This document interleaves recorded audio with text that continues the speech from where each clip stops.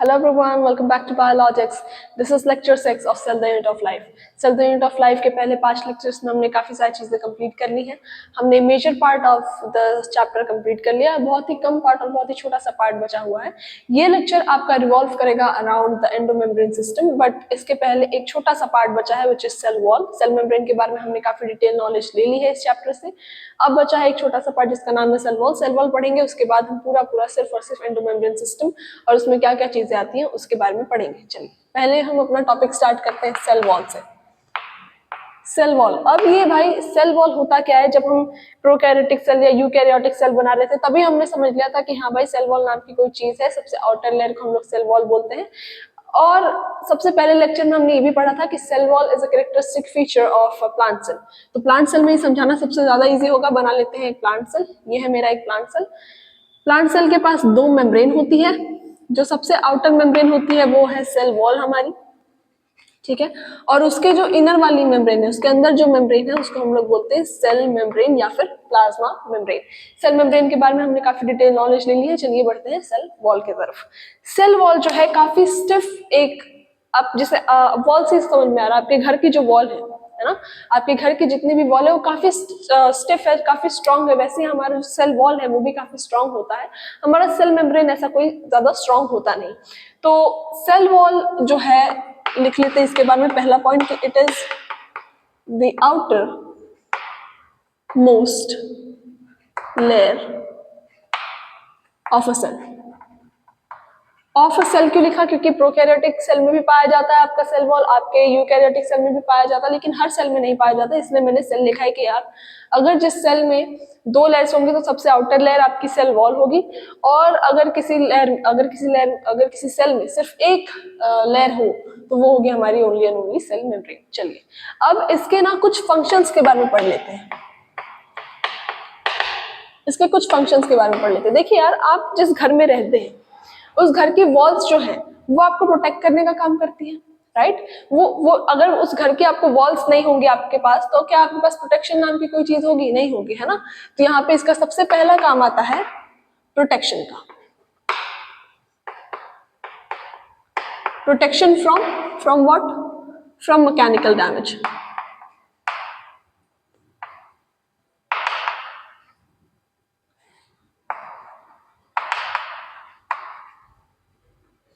Mechanical damage से हमारे cell को जो प्रोटेक्ट करता है उसका नाम है सेल वॉल. दूसरा हमारा फंक्शन आता है इसका blocks entry of undesired macromolecule. ठीक है. यानी कि जो सेल मेम्ब्रेन जब हमने पढ़ा था तो सेल मेम्ब्रेन के बारे में हमने एक चीज लिखी थी कि वो सेमी परमिएबल होती है, यानी कि कुछ चीजों को परमिशन देती है अपने थ्रू पास करने के और कुछ चीजों को परमिशन नहीं देती. लेकिन जब हम सेल वॉल की बात करते हैं तो ये नॉन परमिएबल है, यानी कि ये कोई भेदभाव नहीं करता. ये बोलता है कि यार आप जो भी हो, जितना भी पैसा है आपके पास, आप बाहर रहो सेल से, आप बिल्कुल सेल के अंदर नहीं आ सकते. लेकिन सेल मेम्ब्रेन सोचते हैं ठीक है, ज्यादा पैसा होगा तो आप अंदर आ सकते हो, कम पैसा होगा तो आप अंदर नहीं आ सकते. ये एक फनी वे में लीजिएगा. मतलब आपको सिर्फ समझाने का ये था कि सेल मेम्ब्रेन सेमी परमिएबल, कुछ चीजों को आने देती है, कुछ चीजों को आने नहीं देती. जबकि सेल वॉल जो है वो नॉन परमिएबल है, यानी कि किसी को भी आने नहीं देती. तो ये इनके दो फंक्शन थे. तीसरा function cell to cell interaction में भी ये लोग हेल्प करते हैं. ठीक है, तो ये तीन फंक्शन है हमारे सेल वॉल के. अब यहाँ पे आपको दो लोगों के सेल वॉल के बारे में याद रखना है. पहले हैं आपके एल्गे, ठीक है, पहले, और दूसरे आपके अदर प्लांट्स. ठीक है, इनके सेल वॉल के बारे में आपको पता होना चाहिए कि इनके सेल वॉल जो है वो किस चीज से मिलकर बने हुए होते हैं. ठीक है, पहले हम बात इन दोनों के सेल वॉल के बारे में आपको ध्यान रखना है. तो अगर हम अपने एल्गे भाई साहब की बात करें तो इनका सेल वॉल बना रहता है कुछ चीजों से जिनका नाम है सेल्यूलोज, ठीक है, गैलेक्टिन्स, mannans and some minerals.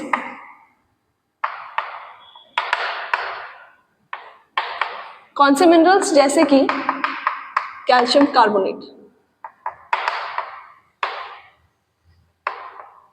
ठीक है, तो ये कुछ चीजें हैं, ये कुछ 4 चीजें हैं जिससे आपके एल्गी की सेल वॉल बनी रहती है। ऐसी हमारे अदर प्लांट्स की भी सेल वॉल बनी रहती है कुछ चीजों से, जिसका नाम है सेल्यूलोज, हेमीसेल्यूलोज, ठीक है, उसके बाद पेक्टिन्स एंड प्रोटीन्स, ठीक है। ये हम बहुत अच्छे से पढ़ने वाले हैं हमारे चैप्टर में जिसका नाम है प्लांट किंगडम। प्लांट किंगडम में हम इन चीजों के बारे में बहुत अच्छे से समझेंगे। अब हम इसके बारे में और आगे देखते हैं। ये आपके 2 सेल वॉल थे जिनके बारे में आपको याद रखना है कि ये इनका कंपोजिशन क्या है, ये किस किस चीज से बने हुए होते हैं। अब यहाँ और 2 वर्ड है जिसके बारे में आपको याद रखना जरूरी है, जिसमें पहला है आपका प्लाज्मोडेस्माटा और दूसरा है आपका मिडल लेमेला, ठीक है। अब ये क्या चीज है, मान लीजिए मैंने यहाँ पे 2 सेल्स बनाए हैं, हमारे प्लांट से ले लीजिए, ठीक है। मैंने यहाँ पे 2-4 सेल ऐसे बना दिए, ठीक है। 2-4 सेल्स जो है इनको ना, ये एक दूसरे के क्या है, नेबरिंग सेल्स, सही बात है। जैसे मान लीजिए कि आपका घर या आपके नेबर का घर, तो आप दोनों एक दूसरे के नेबर हो, वैसे ही एक सेल के पास जितने भी सेल्स होते हैं, ये इसका नेबर है, ये इसका नेबर है, ये इसका नेबर है, ये इसका, तो जितने भी सेल्स एक दूसरे के आसपास होते हैं उनको हम बोलते हैं कि ये नेबरिंग सेल्स होते हैं, ठीक है। तो इनके बीच में जो चीज इनको कनेक्ट करके रखे, इतनी बड़ी स्पेस नहीं होगी, ठीक है, मैंने बनाया है आपको दिखाने के लिए। तो ये जो स्पेस है जो इन सबको कनेक्ट करके रख रही है, इसको हम लोग बोलते हैं मिडिल लेमेला। क्या बोलते हैं भाई, मिडिल लेमेला। याद रखना कि अगर 2 सेल के बीच में कोई कनेक्शन बन रहा है, ठीक है, 2 सेल के बीच में कोई ऐसा कनेक्शन बन रहा है जो 2 सेल के साइटोप्लाज्म को कनेक्ट कर रहा है, उनके बीच में आदान प्रदान होने का कोई रास्ता बना रहा है, तो उसको हम लोग बोलते हैं प्लाज्मोडेस्माटा। क्या बोलते हैं भाई, प्लाज्मोडेस्माटा। कंफ्यूज नहीं होना, फिर से एक बार बताती हूँ। 2 नेबरिंग सेल्स को साथ में बस कनेक्ट करने का काम कौन कर रहा है, हमारा मिडिल लेमेला। लेकिन 2 नेबरिंग सेल्स के साइटोप्लाज्म को कनेक्ट करने का काम कौन कर रहा है, हमारा प्लाज्मोडेस्माटा। आई होप आपको इतनी चीज समझ में आ गई होगी। यहाँ पे एक और चीज के बारे में आपको समझ लेना चाहिए, जो कि हमारा यंग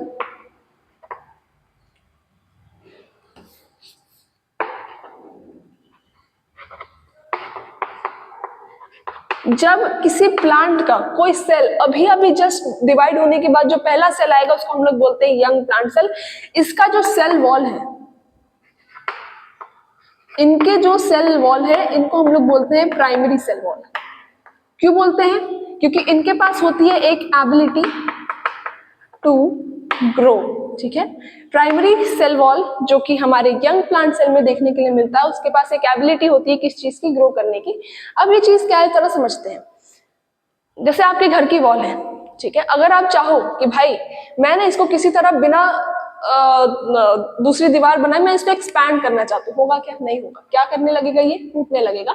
वैसे ही जब आपका एक सेल होता है मैच्योर प्लांट सेल, तो उसके सेल वॉल को आप कभी भी एक्सपांड नहीं करा सकते, वो क्या करने लगेगी, टूटने लगेगी। क्योंकि मैंने पहले ही बताया वो कैसी होती है, स्टिफ होती है, यानी कि वो फ्लेक्सिबल नहीं होती, वो अपने आप को किसी भी शेप में नहीं ढाल सकती। एक बार जो बन गया भाई सो बन गया, एक बार जितनी लेंथ बन गई सो बन गई, आप उसको एक्सपांड नहीं कर सकते। लेकिन अगर हम यंग प्लांट सेल यानी कि अभी बच्चे प्लांट सेल की बात करते हैं, उसका जो सेल वॉल है उसको हम लोग प्राइमरी सेल वॉल बोलते हैं। क्यों, क्योंकि उसके पास एबिलिटी होती है कि वो अपना साइटोप्लाज्मिक ग्रोथ जब करे तो उसका जो सेल वॉल है वो भी आराम से एक्सपांड कर जाए। लेकिन जैसे ही ये सेल मैच्योर हो जाएगा, इसके पास आ जाएगा सेकेंडरी सेल वॉल, जिसके पास ये एबिलिटी नहीं होती, अगर उसको एक्सपांड करना चाहे तो वो टूट जाएगा। आई होप आपको यहाँ तक की चीजें समझ में आई होगी। इसके बाद हम लोग अपने मेन टॉपिक की तरफ बढ़ने वाले हैं जिसका नाम है एंडोमेम्ब्रेन सिस्टम। तो इसको लिख लीजिए। आई होप आपको लास्ट स्लाइड समझ में आई होगी। बढ़ते हैं अगली स्लाइड के ऊपर जिसमें हम लोग अपना टॉपिक पढ़ने वाले हैं, जिसके लिए हम यहाँ आए हैं, और उसका नाम है एंडोमेम्ब्रेन सिस्टम। ठीक है, जहां भी आप सिस्टम नाम सुन लेना समझ लीजिए एक से ज्यादा चीजें साथ में काम करने वाली है। जहां भी आप सिस्टम नाम सुन ले समझ लें कि एक से ज्यादा चीजें काम करने वाली है। जैसे कि respiratory system, circulatory system, digestive system, इसमें सिर्फ एक ऑर्गन काम नहीं करता, इसमें बहुत सारे ऑर्गन कोऑर्डिनेटली काम करते हैं, और इसलिए हम बोलते हैं कि हाँ भाई एक सिस्टम काम कर रहा है। ठीक है, वैसे ही अगर मैं एंडोमेम्ब्रेन सिस्टम की बात करूं तो हमारे सेल के अंदर ऐसे कुछ ऑर्गेनेल्स होते हैं जो कोऑर्डिनेटेड वे में काम करते हैं, और इस जो कोऑर्डिनेटेड काम करने वाले जितने भी ऑर्गेनल्स है वो एक साथ आके एक सिस्टम बनाते हैं, जिनको हम लोग बोलते हैं एंडोमेम्ब्रेन सिस्टम। मैं क्या बोल रही हूँ, मैं जरा लिख लेती हूँ। ठीक है, मैंने बोला organelles which work in a coordinated way comes under endomembrane system. ठीक है, मैंने कहा कि हमारा ये सेल है, ठीक है, इस सेल के अंदर बहुत सारे ऑर्गेनेल्स हैं, ठीक है, ऑर्गेनेल्स में भी बना रही हूँ, आपको समझ जाना चाहिए कि अगर मैं एंडोप्लाज्मिक रेटिकुलम की बात करूँ तो वो कुछ ऐसा दिखेगा। ठीक है, ठीक है, अगर मैं गोल्जी बॉडी की बात करूं तो वो कुछ ऐसा दिखेगा, है ना, आपको समझ जाना है क्योंकि हमने ऑलरेडी ऑर्गेनेल्स के बारे में चीजें पढ़ी है। मान लीजिए मेरे कोई सेल है, एक हाइपोथेटिकल सेल है जिसके अंदर 10 ऑर्गेनेल है, ठीक है, 10 अलग अलग टाइप के ऑर्गेनेल है, 1 2 3 4 5 6 7 8 9 10, ठीक है। अब इस ऑर्गेनेल में मान लीजिए कि इवन नंबर वाले जितने ऑर्गेनेल्स हैं वो साथ में काम कर रहे हैं, यानी कि एक अगर कोई प्रोडक्ट बनाएगा तो उस प्रोडक्ट का यूज करके आगे वाला उस प्रोडक्ट को किसी और चीज में चेंज करेगा और ऐसे करके हमको एक आखिरी डिजायर्ड प्रोडक्ट मिलेगा। तो ये जितने इवन नंबर वाले ऑर्गेनेल्स हैं ना, ये सारे मेरे आ जाएंगे एंडोमेम्ब्रेन सिस्टम में। जैसे मानिए मेरे पास एक सेल है, ठीक है, इसमें 1 2 3 4 5 6, मान लीजिए मेरे पास 6 ऑर्गेनेल्स थे, ठीक है। 6 ऑर्गेनेल्स में ये जो 2 3 और 6 है, ये लोग क्या कर रहे थे, ये लोग मिल के काम कर रहे थे। क्या कर रहे थे? मिल के काम कर रहे थे, ठीक है, मिल के काम कर रहे थे। यानी कि इसने अगर मान लो कोई रिएक्टेंट लिया, इसका प्रोडक्ट बना, यानी कि रिएक्टेंट से इसने क्या बना दिया? प्रोडक्ट। तो इस प्रोडक्ट को ये जो हमारा 3 नंबर वाला ऑर्गेनेल है ये किसी और प्रोडक्ट में कन्वर्ट करेगा और ये जो हमारा 6 नंबर वाला प्रोडक्ट है इस प्रोडक्ट को किसी और डिजायर्ड प्रोडक्ट में कन्वर्ट करेगा। ये डिजायर्ड प्रोडक्ट पाने के लिए हमको कितने ऑर्गेनेल का काम पड़ा? 3 ऑर्गेनेल का, ठीक है। इसलिए हम लोग बोलते हैं कि ये तीनों आते हैं हमारे एंडोमेम्ब्रेन सिस्टम में। ये जो बाकी के ऑर्गेनेल है 1 4 5 ये हमारे एंडोमेम्ब्रेन सिस्टम में नहीं आता। अब यहां से भी अगर चीजें क्लियर नहीं हुई है तो कोई बात नहीं, बताती हूँ। पहले तो समझ जाइए कि हमारे एंडोमेम्ब्रेन सिस्टम में कौन कौन से ऑर्गेनेल्स आते हैं, ठीक है। कौन कौन से ऑर्गेनेल्स आते हैं भाई? हमारे पहला आता है, सबसे पहला एंड फोरमोस्ट आता है हमारा एंडोप्लाज्मिक रेटिकुलम, ठीक है। पहला आता है हमारा एंडोप्लाज्मिक रेटिकुलम जो कि न्यूक्लियस से जुड़ा हुआ स्ट्रक्चर होता है, ठीक है, आपको याद होना चाहिए। सेकंड आते हैं हमारे गोल्जी बॉडी, गोल्जी apparatus, जो भी आप बोलना चाहें, ठीक है, गोल्जी बॉडी, ठीक है। उसके बाद तीसरे आते हैं हमारे लाइसोसोम्स, ठीक है, और चौथे हैं हमारे वैक्यूल्स, ठीक है।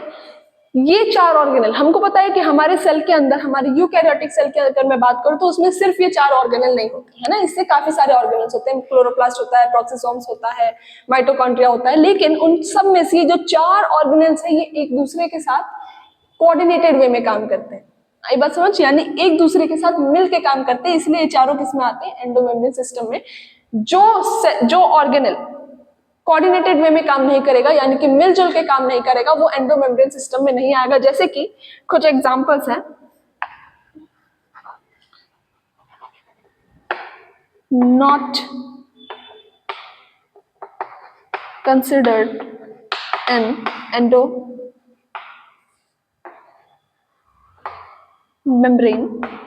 सिस्टम। ये वाले ऑर्गेनेल्स कौन थे जो एंडोमेम्ब्रेन सिस्टम में कंसीडर किए जाते थे? ऐसे कुछ ऑर्गेनेल जो एंडोमेम्ब्रेन सिस्टम में कंसीडर नहीं किए जाते, उनमें पहला हमारा प्रोक्सिसोम्स, दूसरे हमारे माइटोकॉन्ड्रिया और तीसरा है हमारा क्लोरोप्लास्ट, ठीक है। ये कुछ ऐसे ऑर्गेनेल्स हैं जो कि आपके एंडोमेम्ब्रेन सिस्टम में नहीं आते, यानी कि दे वर्क सेपरेटली, ठीक है। इन तीनों में यारी दोस्ती नहीं है। ये लोग बोलते हैं कि यार तू अपना काम देख ले, मैं अपना काम देख लूंगा, तू मेरे काम में टांग नहीं अड़ाएगा, मैं तेरे काम में टांग नहीं अड़ाऊंगा। ये बोलते हैं कि भाई हम चारों जो है हम मिला जुला काम करेंगे, हम लोग काम बांटेंगे, तू आधा काम कर, तू आधा काम कर, ताकि आखिरी में हमारे जो प्रोडक्ट बने वो बेस्ट बने।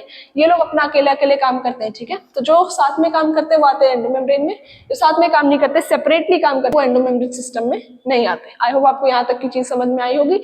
इसके बाद एंडोमेम्ब्रेन सिस्टम में जितने भी ऑर्गेनल्स आ रहे हैं हम उनके बारे में इन डेप्थ नॉलेज लेने वाले हैं, तो ये स्लाइड आप लिख लीजिए। चलिए, एंडोमेम्ब्रेन सिस्टम में जो हमारा सबसे पहला ऑर्गेनल है जिसका नाम है एंडोप्लाज्मिक रेटिकुलम, इसके बारे में कुछ चीजें जान लेते हैं और उसके बाद हम आगे बढ़ेंगे। सबसे पहली चीज जो आपको यहाँ जाननी है वो ये है कि ये प्रेजेंट होते हैं साइटोप्लाज्म, ठीक है, ये साइटोप्लाज्म में प्रेजेंट होते हैं एज अ ट्यूबुलर स्ट्रक्चर, ठीक है, एक ट्यूबुलर स्ट्रक्चर के जैसे ये प्रेजेंट होते हैं किसमें, हमारे साइटोप्लाज्म में। यानी कि मान लीजिए ये मेरा सेल है, यहाँ पे मेरा न्यूक्लियस है, तो ये कुछ ऐसे ऐसे ऐसे ऐसे प्रेजेंट होंगे हमारे, ठीक है। अब हमारे एंडोप्लाज्मिक रेटिकुलम को हम पहले तो दो भाग में बांटते हैं।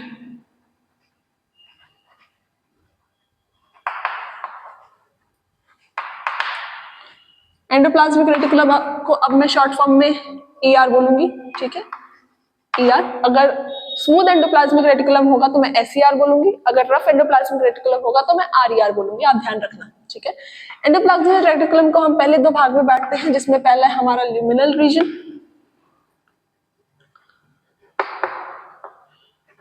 ठीक है, दूसरा है हमारा एक्स्ट्रा ल्यूमिनल रीजन,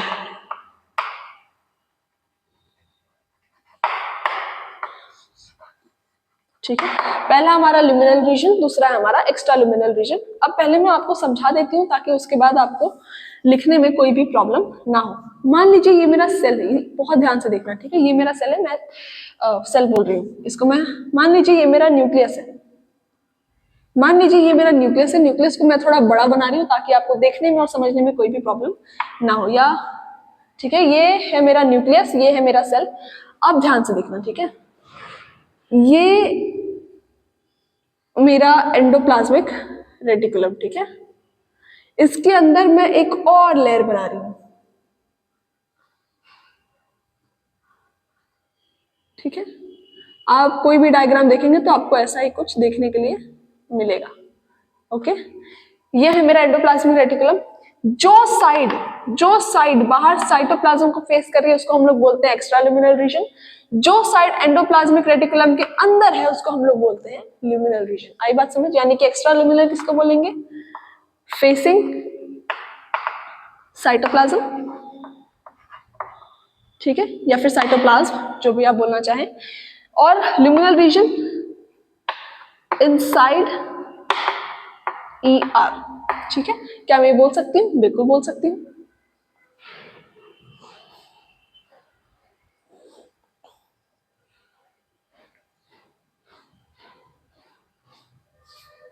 ठीक है, क्या मैं बोल सकती हूँ? बिल्कुल बोल सकती हूँ। अब हम एंडोप्लाज्मिक रेटिकुलम को और दो पार्ट्स में मतलब डिवाइड करेंगे, ठीक है। यहाँ मैंने बताया था कि यहाँ आपका अगर रफ होगा तो आपका एक स्मूथ भी प्रेजेंट होगा, है ना। तो आप यहीं से समझ जाइए कि मेरा पहला होगा RER यानी कि रफ एंडोप्लाज्मिक रेटिकुलम, दूसरा होगा मेरा SER यानी कि स्मूथ एंडोप्लाज्मिक रेटिकुलम। मैं फुल फॉर्म नहीं लिख रही हूँ, आई होप आपको समझ में आता होगा। रफ एंडोप्लाज्मिक रेटिकुलम क्यों बोल रही हूँ? क्योंकि यहाँ पे राइबोसोम्स जो हैं वो प्रेजेंट होते हैं। आई बात समझ? क्या प्रेजेंट होता है भाई? राइबोसोम प्रेजेंट होता है। यहाँ पे राइबोसोम क्या होता है? राइबोसोम एब्सेंट होता है। आई होप आपको यहाँ तक समझ में आया होगा। देखिए, अब राइबोसोम के बारे में हम जब पढ़ रहे थे तो वहां पे हमने एक बहुत अच्छा पॉइंट लिखा था कि राइबोसोम को हम लोग बोलते हैं प्रोटीन फैक्ट्री। तो अगर राइबोसोम RER पे प्रेजेंट है तो क्या RER भी एक्टिवली पार्ट लेगा आपका प्रोटीन सिंथेसिस करने में? बिल्कुल। यानी कि यहाँ मैं लिख सकती हूँ कि actively takes part in protein synthesis, है ना। यानी कि आपका जो RER है वो बहुत एक्टिवली टेक पार्ट करता है किस चीज में? प्रोटीन बनाने के लिए, सिंथेसिस यानी कि कोई चीज बनाना, ओके। अब SER की जब हम बात करें तो ये actively takes part in, takes part तो लिखना भूल ही गई यार, पार्ट इन लिपिड सिंथेसिस, ठीक है। Actively takes part in lipid synthesis, यानी ये जो चीज है हमारी RER, ये बनाती है हमारा प्रोटीन और ये बनाता है हमारा लिपिड। यहाँ एक और चीज आप याद रखें कि जब हम एनिमल सेल की बात करते हैं तो हमारा SER कुछ ऐसे लिपिड्स बनाता है जिसका नाम है स्टेरॉइडल हार्मोन, यानी कि makes lipid like steroidal hormone. ठीक है, स्टेरॉइडल हार्मोन हमारा एक लिपिड है जो कि एनिमल सेल में कौन बनाता है, हमारा स्मूथ एंडोप्लाज्मिक रेटिकुलम। तो एक और पॉइंट आप लिख लीजिएगा कि आरईआर किससे बना हुआ होता है। आरईआर बना होता है इज ओरिजिनेटेड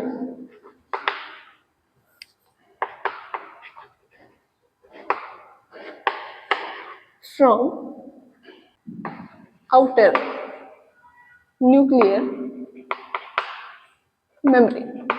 ठीक है, हमारा जो रफ एंडोप्लाज्मिक रेटिकुलम है ये हमारे न्यूक्लियस का जो आउटर न्यूक्लियर मेम्ब्रेन है उससे बना हुआ होता है। हमारा स्मूथ एंडोप्लाज्मिक किससे बना होता है, हमारा स्मूथ एंडोप्लाज्मिक रेटिकुलम बना होता है हमारे आरईआर से, यानी कि ओरिजिनेटेड फ्रॉम आरईआर, यानी कि हमारा स्मूथ एंडोप्लाज्मिक रेटिकुलम बना होता है हमारे रफ एंडोप्लाज्मिक रेटिकुलम से। ये हमारी बहुत छोटी सी और बहुत प्यारी सी बात है हमारे एंडोप्लाज्मिक रेटिकुलम के बारे में।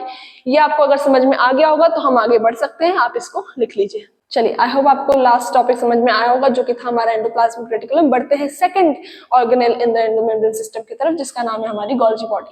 कैमिलो गोल्गी नाम के एक साइंटिस्ट थे जिन्होंने 1898 में पहली बार गोल्जी बॉडी को देखा था, ऑब्जर्व किया था, और इसलिए हमने गोल्जी बॉडी का नाम उनके नाम के पीछे लगा दिया। साइंटिस्ट का नाम क्या था भाई, कैमिलो गोल्गी। ठीक है, कब देखा था इन्होंने, 1898 में गोल्जी बॉडी को ऑब्जर्व किया था, बाद में हमने गोल्जी बॉडी का नाम इनके नाम के पीछे लगा दिया। ठीक है, अब मैं फटाफट से गोल्जी बॉडी का डायग्राम बना लेती हूँ ताकि आपको समझाना बहुत ज्यादा इजी रहे, क्योंकि डायग्राम से हम लोग सारी चीजें अभी समझने वाले हैं, और डायग्राम से याद की हुई चीज ज्यादा देर तक इंसान याद रख पाता है। ठीक है, ठीक है, ये मैंने गोल्जी बॉडी अपने हिसाब से बनाती है, आपको अगर इसे सुंदर आती है आप इसे सुंदर बनाएंगे। देखिए, ये जो आप फ्लैट डिस्क लाइक स्ट्रक्चर देख रहे हैं ना यहाँ पे, फ्लैट डिस्क लाइक स्ट्रक्चर, इसको हम लोग बोलते हैं सिस्टर्न। क्या बोलते हैं भाई, सिस्टर्न। और इसका डायमीटर कितना होता है, इसका डायमीटर होता है 0.5 म्यू मीटर से लेकर 1.0 म्यू मीटर तक।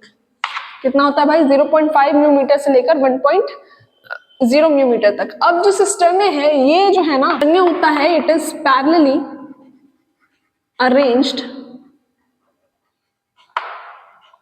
With each other. ठीक है, ये एक दूसरे के साथ पैरेलल अरेंजमेंट शो करते हैं। पैरेलल अरेंजमेंट यानी कि मान लीजिए ये दो लाइन है, अगर मैं ये बोलूं कि ये दो लाइन पैरेलल है तो यानी कि इन दोनों के बीच का जो डिस्टेंस है वो एक बराबर के होगा। आई बात समझ, यानी कि अगर इन दो सेगमेंट्स के बीच का डिफरेंस 1 सेंटीमीटर है तो इन दोनों सेगमेंट्स के बीच का डिफरेंस भी आपका 1 सेंटीमीटर ही देखने के लिए मिलेगा। वैसे ही कुछ जितने भी सिस्टर्ने आपको यहाँ पे दिख रहे हैं, इन हर दो सिस्टर्ने के बीच का डिफरेंस सेम है, यानी कि ये सारे पैरेलली अरेंज है। ठीक है, यहाँ तक आई होप आपको समझ में आ गया होगा। बढ़ते हैं अगले चीज के ऊपर, जिसका नाम है कि इन फेज का नाम क्या है। देखिए, मान लीजिए ये मैंने यहाँ पे बना दिया न्यूक्लियस। ठीक है, न्यूक्लियस के बाद मैंने यहाँ बना दिया आपकी एंडोप्लाज्मिक रेटिकुलम। ठीक है, मैं बना रही हूँ यहाँ पे एंडोप्लाज्मिक रेटिकुलम। मान लीजिए कि पूरा मेरा सेल है, पूरा बोर्ड मेरा क्या है, सेल है। अब जो फेज गोल्जी बॉडी का जो फेज आपके एंडोप्लाज्मिक रेटिकुलम के पास है, इसको हम लोग बोलते हैं कॉन्वेक्स या फिर सिस या फिर फॉर्मिंग फेज। क्या बोलते हैं भाई, कॉन्वेक्स या फिर सिस या फिर फॉर्मिंग फेज। आपने कभी कॉन्वेक्स मिरर या फिर कॉन्केव मिरर देखा है? कॉन्वेक्स यानी कि ऐसा वाला पार्ट, ठीक है, कॉन्केव यानी कि ऐसा वाला पार्ट। अगर कोई मिरर ऐसा है तो उसको हम लोग बोलेंगे कॉन्केव मिरर, अगर कोई मिरर ऐसा है तो इसको हम लोग बोलेंगे कॉन्वेक्स मिरर। तो देखिए, ये पार्ट थोड़ा आउटर साइड में आपको बल्ज दिख रहा है, तो यहाँ हम लोग बोलेंगे कि ये convex side of Golgi body है। अगर ये कॉन्वेक्स है तो क्या ये कॉन्केव होगा? ठीक है, ऐसा वाला साइड कॉन्केव, ऐसा वाला साइड कॉन्वेक्स। ये वाला कॉन्वेक्स है, ये वाला कॉन्केव है। आई बात समझ? उसके बाद ट्रांस, इसको ट्रांस भी बोलते हैं, या फिर इसको हम लोग बोलते हैं मैच्योरिंग फेज। ठीक है, क्यों बोलते हैं इसका मतलब, इसका रीजन तो हम लोग आगे समझने वाले हैं। अब हम देखते हैं यहाँ पे कुछ फंक्शन ऑफ गोल्जी बॉडी के बारे में। ठीक है, फंक्शन किसका, गोल्जी बॉडी का फंक्शन। तो इसका पहला फंक्शन ये है कि मॉडिफिकेशन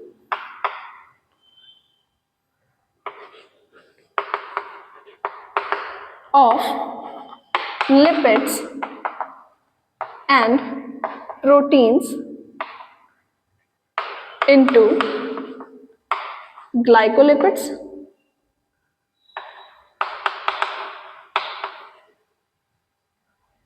and glycoproteins.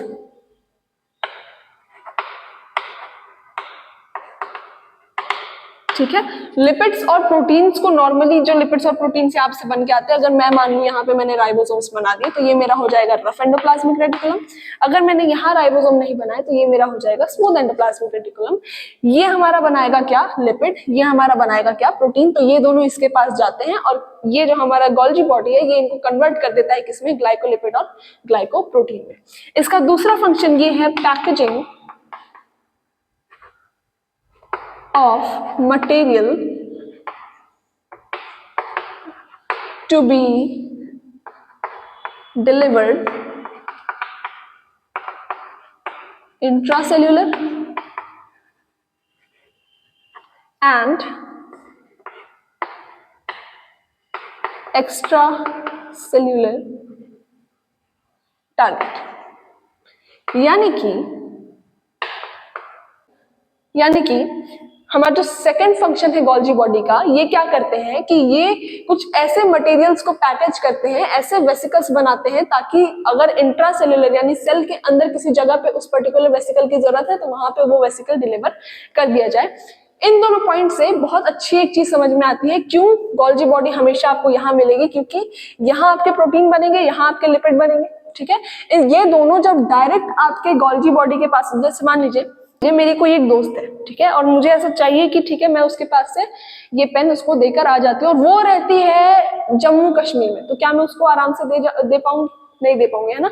लेकिन मान लीजिए वही मेरी फ्रेंड, उसको मैंने बोला कि ठीक है यार दूसरी किसी फ्रेंड को दे देती हूँ, वो फ्रेंड जस्ट मेरे बाजू में रहती है, मतलब जस्ट मेरे नेबर में रहती है, तो क्या मुझे उसको देना इजी होगा? सेम चीज यहाँ पे भी होता है। यहाँ पे जो लोग प्रोटीन और लिपिड्स बना रहे होते हैं, यानी कि आरईआर जो प्रोटीन बना रहा होगा और एससीआर जो लिपिड बना रहा होगा, उनको अपना लिपिड और प्रोटीन को ग्लाइकोप्रोटीन और ग्लाइकोलिपिड में बदलने के लिए हमारे गोल्जी बॉडी को देना है। तो क्या गोल्जी बॉडी इन लोगों के पास रहेगी तो ज्यादा कन्वीनियंट हो पाएगा, ट्रांसपोर्ट हो पाएगा, इसीलिए गोल्जी बॉडी को इनके पास रहना बहुत ज्यादा क्या हो जाता है? जरूरी हो जाता है। यहाँ पे आपके मान लीजिए कि जो भी प्रोडक्ट होगा, प्रोडक्ट आएगा, ये फॉर्मिंग फेज होगा, यानी कि यहाँ से जाते जाते जब आखिरी फेज तक पहुंचेगा तो यहाँ पे आपका प्रोडक्ट क्या हो जाएगा? मैच्योर हो जाएगा और वो रेडी हो जाएगा एक्स्ट्रा सेलुलर या फिर इंट्रासेलुलर टारगेट पे भेजने के लिए जहां भी उसकी जरूरत है। आई होप आपको यहाँ तक की चीजें समझ में आई होगी। अगर आई है तो थैंक यू सो मच, और आज का लेक्चर यहीं पे खत्म करेंगे। 2 और ऑर्गेनल्स बचे हैं हमारे एंडोमेम्ब्रेन सिस्टम में, उसके लिए मैं अलग से दूसरा लेक्चर बना दूंगी जिसका नाम होगा हमारा लेक्चर नंबर 7। तो आई होप यहाँ तक चीजें समझ में आई होगी। Thank you so much for being with me in the lecture 6। I will see you in the next lecture which is lecture 7 of cell unit of life. Thank you.